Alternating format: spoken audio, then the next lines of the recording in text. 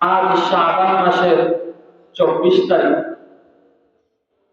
সময়ের চাকা করে আমাদের সামনে আবারও উপস্থিত হতে যাচ্ছে রহমত, মাগফিরাত, নাজাতের মাস রমাদান।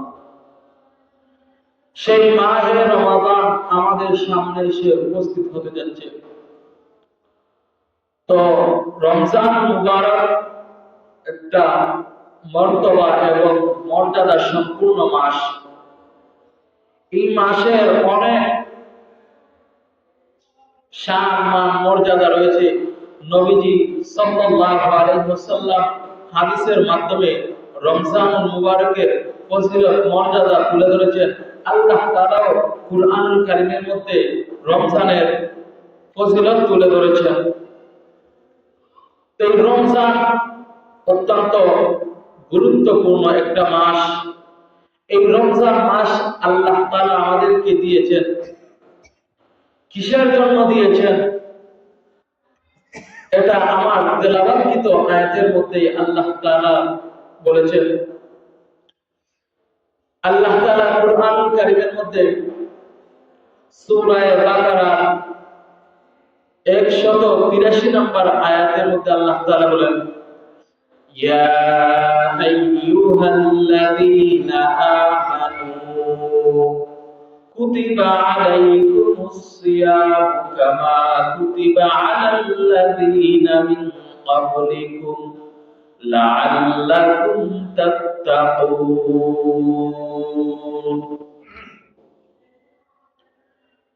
এই আয়াতটা বোঝার আগে আমাদেরকে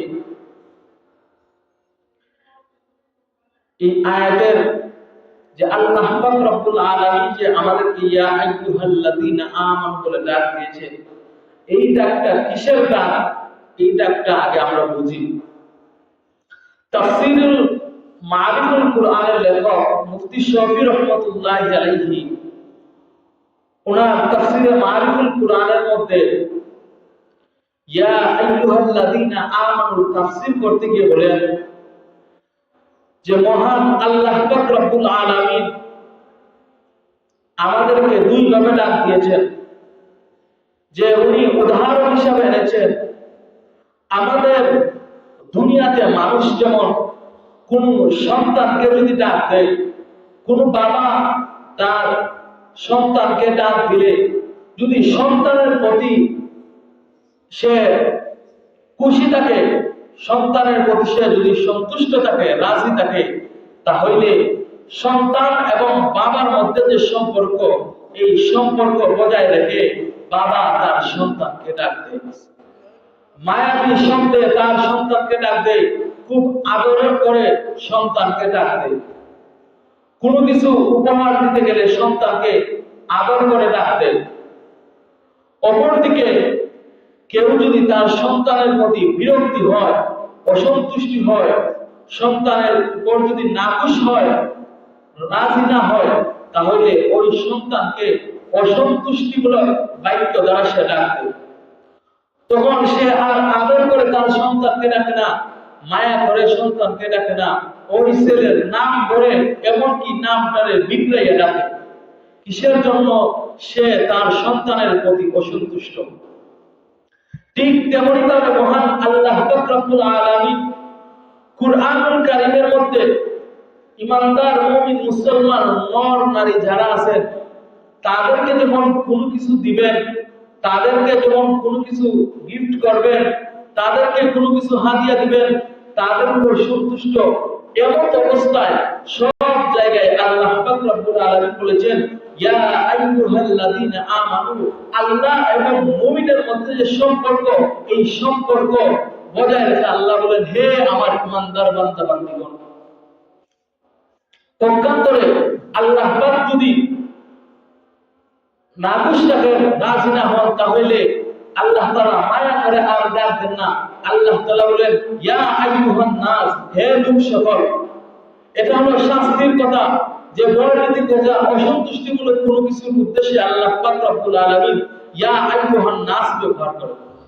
তো আমাদের তেলাওয়াতকৃত আয়াতের মধ্যে আল্লাহ পাক বলেন ইয়া আইয়ুহাল্লাযীনা আমানু। এই ডাকের মাধ্যমে বোঝা যায় যে মহান আল্লাহ পাক রব্বুল আলামিন আমাদেরকে কোনো কিছু দিতে চান, আমাদেরকে কোনো কিছু গিফট করতে চান, আমাদেরকে আল্লাহ এবং বান্দার মধ্যে যে সম্পর্ক আছে সেই সম্পর্ক বজায় রেখে আল্লাহ বলেন, ইয়া আইয়ুহাল্লাযীনা আমানু, হে আমার ঈমানদার বান্দা-বান্দীগণ। তারপর আল্লাহ পাক রব্বুল আলামিন বলেন, কুতিবা আলাইকুমুস সিয়াম, আর ফুরিজা আলাইকুমুস সিয়াম, তোমাদের উপর রোজা ফরজ করে দেওয়া হয়েছে। এই রোজাটা কেমন রোজা? আমি এমন রোজা ফরজ করি নাই যা তোমাদের কাছে সর্বপ্রথম, এমন রোজা নয়, বরং কামা কুতিবা আলাল্লাযীনা মিন ক্বাবলিকুম, এটা হলো এমন রোজা যেই রোজা তোমাদের পূর্ববর্তী যারা ছিল তাদের উপর ফরজ ছিল। তারপর আল্লাহ পাক রব্বুল আলামিন বলেন, জানো এই রোজা কিসের জন্য দিয়েছি, কোন কারণে তোমাদেরকে দিয়েছি? লাআল্লাকুম তাত্তাকুন, যাতে করে বান্দা তুমি পরহেজগার হতে পারো, মুত্তাকি হতে পারো, আল্লাহর হতে পারো। এই জন্য আল্লাহ পাক রব্বুল আলামিন আমাদেরকে রমজান নামক মর্যাদাশীল একটা মাস দিয়েছেন। তো এই আয়াতে আল্লাহ পাক রব্বুল আলামিন বলেন, হে আমার ঈমানদার বান্দা-বান্দীগণ, তোমাদের উপর আমি আল্লাহ রোজা ফরজ করে দিয়েছি, এমন রোজা যে রোজা তোমাদের পূর্ববর্তী যারা আছিল তাদের উপরে ফরজ ছিল, আর এই রোজাটা ফরজ করে দিয়েছি এই জন্য যাতে তোমরা মুত্তাকি হতে পারো, তাকওয়াবির হতে পারো, আল্লাহর হতে পারো। কারণ কোন মানুষ যদি আল্লাহওয়ালা হয়ে যায়, বুজুর্গ হয়ে যায়, তাহলে ওই মানুষটা মুত্তাকি যদি হয়ে যায়, তাহলে ওই মানুষটা জান্নাতে যাওয়া তার জন্য সহজ হয়ে যায়। এজন্য মুত্তাকির অর্থ হলো যে যে সমস্ত গুনাহের কাজ আছে ওই সমস্ত গুনাহের কাজ থেকে বেঁচে থাকা, এটার নামই হলো মুত্তাকি। তো যাই হোক, সম্মানিত মুহতারাম হাজিরিন, তো আল্লাহ পাক রব্বুল আলামিন আমাদেরকে রমজানের যে রোজা ফরজ করে দিয়েছে, এই রোজাটা অনেক মর্যাদাশীল একটা রোজা। আসলে লক্ষ্য করে দেখতে পাইবেন যে এই রমজান মাসটা 3 ভাগে বিভক্ত। প্রথম 10 দিন রহমতের 10 দিন, দ্বিতীয় 10 দিন মাগফিরাতের 10 দিন, তৃতীয় 10 দিন নাজাতের 10 দিন। এই 30 দিনকে আমরা যে রমাদান বলি, এই রমজান একক কোনো নির্দিষ্ট শব্দ নয়, বরং সেই আলাদা আলাদা বাক্য থেকে প্রথম অক্ষর এনে রমাদান শব্দ বানানো হয়েছে। যেমন আমরা সবাই জানি বাংলাদেশের মধ্যে একটা বাহিনী আছে, অন্যতম একটা বাহিনী হলো রেল। এই রেল কিন্তু তারা পুরা নাম নয়, বরং 3টা শব্দের সংক্ষিপ্ত রূপ হইলে গিয়া রেল। যে লক্ষ্য করে দেখেন, রেল যে আছে, রেলের আর এর মিনিং হলো র্যাপিড, এ দেওয়ালে গিয়া অ্যাকশন, বি তে হলো ব্যাটালিয়ন। র্যাপিড অ্যাকশন ব্যাটালিয়নের সার সংক্ষেপ হলো রেল। ঠিক তেমনি ভাবে রহমত, মাগফিরাত, নাজাতের যে মূল সংক্ষেপ হলো রমাদান। কিভাবে? রহমতের প্রথম অক্ষর হলো রা, রমজানের প্রথম অক্ষর রা, মাগফিরাতের প্রথম অক্ষর মিম, রমজানের দ্বিতীয় অক্ষর মিম, নাজাতের প্রথম অক্ষর নুন, রমাদানের শেষের অক্ষর নুন। আর মধ্যখানে যে দোয়া দালিল থেকে যায়, আল্লাহ পাক রব্বুল আলামিন যেন বলতে চান রহমত, মাগফিরাত এবং নাজাতের মাস। এই নাজাতের মাসে যারা রমজানুল মুবারকের রোজা রাখবে, আমি আল্লাহ তাআলা ইবাদত বন্দেগী কাটাইবে। এই যে মধ্যখানে দোয়া দালিল, এই দোয়া দালিল তারা হলো জামিন, মানে জিম্মাদার। যারা এইগুলা পালন করবে, আমি মহান আল্লাহ পাক রব্বুল আলামিন তাদের জিম্মাদার হয়ে গেল। সুবহানাল্লাহ। তো এই জন্য রমজানুল মুবারক অত্যন্ত মর্যাদাপূর্ণ একটা মাস। ছোট্ট একটা হাদিসের থেকে আপনাদেরকে ঘটনা শোনাই যে কতটুকু মর্যাদা হলে নবী করিম সাল্লাল্লাহু আলাইহি ওয়াসাল্লাম যে ফেরেশতার সাথে আমিন বলেন। একদিন নবী করিম সাল্লাল্লাহু আলাইহি ওয়াসাল্লাম খুতবা দেওয়ার জন্য মিম্বরের মধ্যে উঠলেন। এমন সময় প্রথম সিঁড়িতে যখন পা রাখলেন বললেন আমিন, দ্বিতীয় সিঁড়িতে যখন পা রাখলেন বললেন আমিন, তৃতীয় সিঁড়িতে যখন পা রাখলেন তখন বললেন আমিন। নামাজ শেষ হওয়ার পর সাহাবায়ে কেরাম জিজ্ঞেস করেন, ইয়া রাসূলুল্লাহ, ইয়া হাবিবাল্লাহ, ও নবীজি, আজকে আপনাকে এমন একটা কাজ করতে দেখেছি, অন্য কোনদিন এই কাজটা করেন না। তখন নবী করিম সাল্লাল্লাহু আলাইহি ওয়াসাল্লামকে বলা হলো, এই যে তিনটা সিঁড়িতে পা রাখলেন, তিনবার বললেন আমিন, তার কারণ কি? তখন নবী করিম সাল্লাল্লাহু আলাইহি ওয়াসাল্লাম বললেন, আমি যখন খুতবা দেওয়ার জন্য প্রথম সিঁড়িতে পা রাখলাম, তখন ফেরেশতা এসে বলতেছে, ওই ব্যক্তি ধ্বংস হোক যে রমজানুল মুবারকের মতো একটা মর্যাদাশীল মাস পাওয়ার পরও, সম্মানী মাস পাওয়ার পরও সে ওই রমজানটাকে যথাযথ কদর করলো না, ওই ব্যক্তি ধ্বংস হয়ে যাক। আমি বললাম আমিন। 2 নাম্বার সিঁড়িতে যখন পা রাখলো, তখন উনাকে বলা হলো যে ওই ব্যক্তি ধ্বংস হয়ে যাক যার সামনে আমি নবীর নাম উচ্চারণ করা হয় কিন্তু সে দুরূদ শরীফ পড়ে না। 3 নাম্বার হলো ওই ব্যক্তির ধ্বংস যে তার পিতামাতাকে বৃদ্ধ অবস্থা পাইল, কিন্তু বৃদ্ধ অবস্থায় পাওয়ার পরও সে তার পিতামাতাকে রাজি খুশি করে জান্নাত অর্জন করতে পারলো না, ওই ব্যক্তিও ধ্বংস হোক। তো এখানে 3 শ্রেণীর মানুষদেরকে নবীজি বদদোয়া করছেন। এই 3 শ্রেণীর মানুষের মধ্যে থেকে প্রথম শ্রেণী হলো যারা রমজানুল মুবারকের মতো সম্মানী মাস পাওয়ার পরেও, মর্যাদাশীল মাস পাওয়ার পরেও নিজেদের গুনাহ খাতা মাফ করাইতে পারলো না, তারা ধ্বংস হোক। আর নবীজি আমিন বলেছেন। আর নবীজি সাল্লাল্লাহু আলাইহি ওয়াসাল্লাম তো দোয়া হোক বদদোয়া হোক যাই বলেন না কেন, মহান আল্লাহ তাআলার কাছে কবুল হয়ে যায়। এই জন্য আমরা যদি রমজানুল মুবারকের যে আল্লাহ তাআলার কাছে মাফ পাইতে চাই, তাহলে আমাদেরকে যথাযথ আল্লাহ তাআলা যেভাবে বলেছেন এই রমজান মুবারক কাটানোর জন্য, আমাদেরকে সেভাবেই রমজান মুবারক কাটাইতে হবে।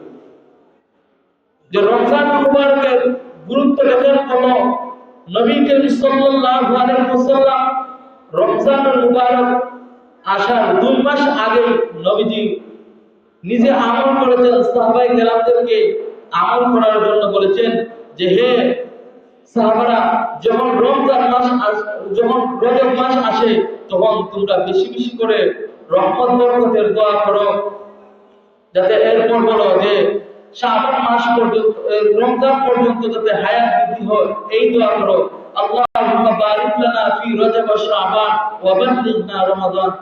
এই দোয়া করার জন্য নবীজি বলেছেন। দ্বিতীয়, শাবান মাস আসলে নবী করিম সাল্লাল্লাহু আলাইহি ওয়াসাল্লাম এত বেশি রোজা রাখতেন, আম্মা জান আয়েশা সিদ্দিকা রাদিয়াল্লাহু তাআলা বলেন আর কোন মাসের নবীজি এত পরিমাণ রোজা রাখতেন না। 3 নাম্বার, যে নবী করিম সাল্লাল্লাহু আলাইহি ওয়াসাল্লাম নিজে রোজা রাখছেন এবং সাহাবায়ে কেরামদেরকে শাবান রোজা রাখার জন্য উৎসাহ করেছেন। 4 নাম্বার, যে লাইলাতুল নিসফি মিন শাবান, অর্থাৎ শাবানের 15তম রাত, এইভাবে।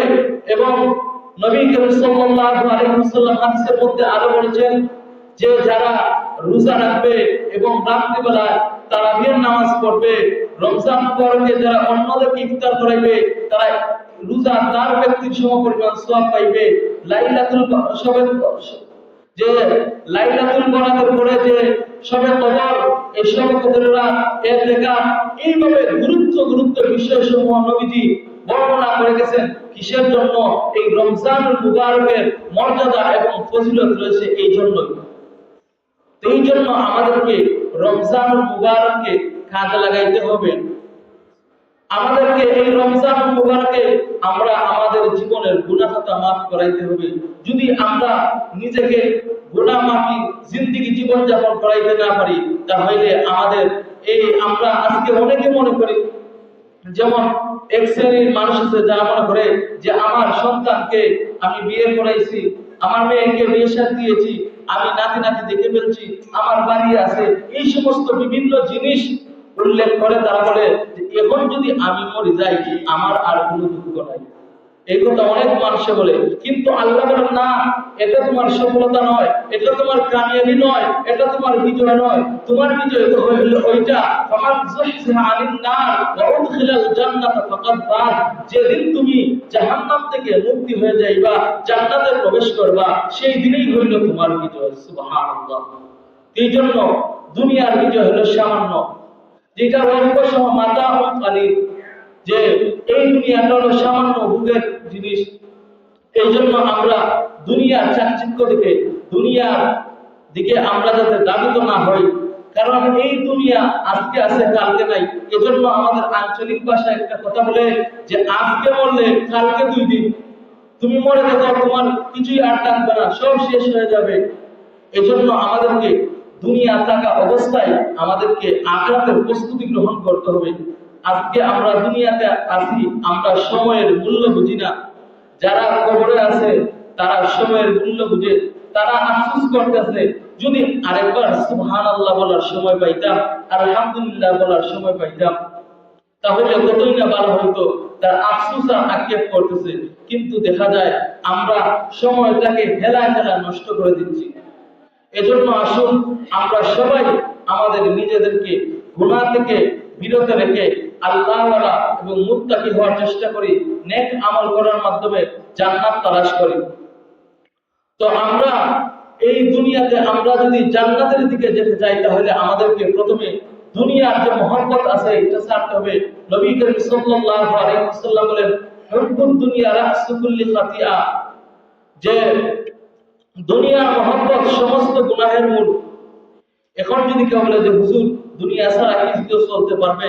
হ্যাঁ, দুনিয়া ছাড়া চলতে পারবে না, কিন্তু দুনিয়া চলতে গেলে তো দুনিয়ার অন্তরে ঢুকানো যাবে না। কারণ লক্ষ্য করলে দেখা যায় নৌকা যে আছে, নৌকা কিন্তু পানি ছাড়া চলতে পারে না। এখন যদি বলেন যে নৌকা যেহেতু পানি ছাড়া চলতে পারে না, তাহলে নৌকার ভিতরে পানি প্রবেশ করলে যেমন নৌকা আর টিকে থাকে না, নৌকা সামনের দিকে অগ্রসর হইতে পারে না, ঠিক তেমনি ভাবে কোন মুমিন মুসলমান ইমানদার বান্দার অন্তরে যখন আল্লাহ তাআলার মহব্বত থেকে, নবীজির মহব্বত থেকে এই দুনিয়ার প্রতি লোভ লালসা সৃষ্টি হয়ে যাবে, দুনিয়ার আকর্ষণ বেড়ে যাবে, দুনিয়ার চাকচিক্যের মধ্যে পড়ে যাবে, তখন ওই ব্যক্তিও আস্তে আস্তে দিশেহারা হয়ে যাবে। এজন্য আমাদেরকে এই দুনিয়ার যে অতিরিক্ত লোভ লালসা চাহিদা থেকে আমাদেরকে বিরত থাকতে হবে। কারণ আমরা সবাই যেতে চাই জান্নাতে। এখন জান্নাতে যদি যেতে চাই তাহলে আমাদের সবাইকে গুনাহের কাজ থেকে বিরত থাকতে হবে। গুনাহের কাজে অটল থাকা অবস্থায় জান্নাতে যাওয়া যাবে না। লক্ষ্য করুন যে আমাদের কোনো মানুষ যদি ধরেন একটা কথার কথা, সিঙ্গুর বাজার থেকে বড়কাপন গেল, বড়কাপন থেকে সে সিলেট যাইবে। এখন সে যদি বড়কাপনকে সিলেটের গাড়িতে না উঠে, সে যদি সুনামগঞ্জের গাড়িতে উঠে যায়, এখন সে যতই পশ্চিমের দিকে যাক না কেন, সে কিন্তু সিলেট আর খুঁজে পাবে না। কারণ সে যে গাড়িতে উঠছে এই গাড়িটা হলো সুনামগঞ্জের গাড়ি। এখন যদি তাকে যদি সেই সিলেট যেতে হয় তাহলে তার প্রথম নম্বর কাজ হলো তাকে এই সুনামগঞ্জের গাড়ি থেকে নামতে হবে, 2 নাম্বার সিলেটের গাড়ি তালাশ করতে হবে। ঠিক তেমনি ভাবে আমরা সবাই যেতে চাই জান্নাতে। জান্নাতে যদি যেতে হয় তাহলে আমরা যারা গুনাহ নামক গাড়িতে উঠছি, এই গুনাহ নামক গাড়ি থেকে আগে আমাদেরকে নামতে হবে। 2 নাম্বার ওই গাড়ি তালাশ করতে হবে যেই গাড়ির মাধ্যমে, যেই আমলের মাধ্যমে আমাদেরকে জান্নাতের মধ্যে নিয়ে যাইবে, সেই আমলওয়ালা গাড়ি আমাদেরকে উঠতে হবে। এজন্য আমরা সবাই তওবা নামক ইবাদতের মাধ্যমে, যে তওবা যে একটা জিনিস আছে, এই তওবা করে আমরা এই গুনাহ নামক জিনিসকে বর্জন করি এবং জান্নাতের আমল তালাশ করি। তো সম্মানিত মুহতারাম হাজিরিন, সামনে রমজান মাস, এই রমজান মাসটাকে আমরা কদর করি, এই রমজান মাসটাকে আমরা ভালোভাবে কাজে লাগাই। কারণ এই রমজানের মূল্য এত বেশি যে নবী করিম সাল্লাল্লাহু আলাইহি ওয়াসাল্লাম বলেন যে অন্য মাসে একটা ফরজ আদায় করলে যে পরিমাণ সওয়াব হতো, রমজান মাসে একটা নফল আদায় করলে সে পরিমাণ সওয়াব। সুবহানাল্লাহ। এই মাসে একটা ফরজ আদায় করলে যে পরিমাণ সওয়াব, অন্য মাসে 70টা ফরজ আদায় করলে সেই পরিমাণ সওয়াব। সব ফুকাহায়ে কেরাম, মুহাদ্দিসিনে কেরাম একমত যে হাজার হাজার নফল নামাজ যদি পড়া হয় তারপরেও একটা ফরজের সমান হবে না। কিন্তু এই সুযোগ আল্লাহ পাক রব্বুল আলামিন রমজানে দিয়েছেন। এই জন্য আমাদের উচিত এই রমজান মাসটাকে কাজে লাগানো। এই বছরে মাত্র একটা মাস আল্লাহ তাআলা আমাদেরকে দিয়েছেন, এই মাসটাকে আমরা যথাযথ মর্যাদা করব, মূল্যায়ন করব। আল্লাহ তাআলা আমাদের সবাইকে যেন আল্লাহ তাআলার রেজামন্দি হাসিল করে আমাদের সবাইকে জান্নাতের উপযুক্ত হওয়ার তৌফিক দান করেন। সবাই বলে আল্লাহুম্মা আমিন। ওয়া আখিরু দাওয়ানা আলহামদুলিল্লাহি রাব্বিল আলামিন।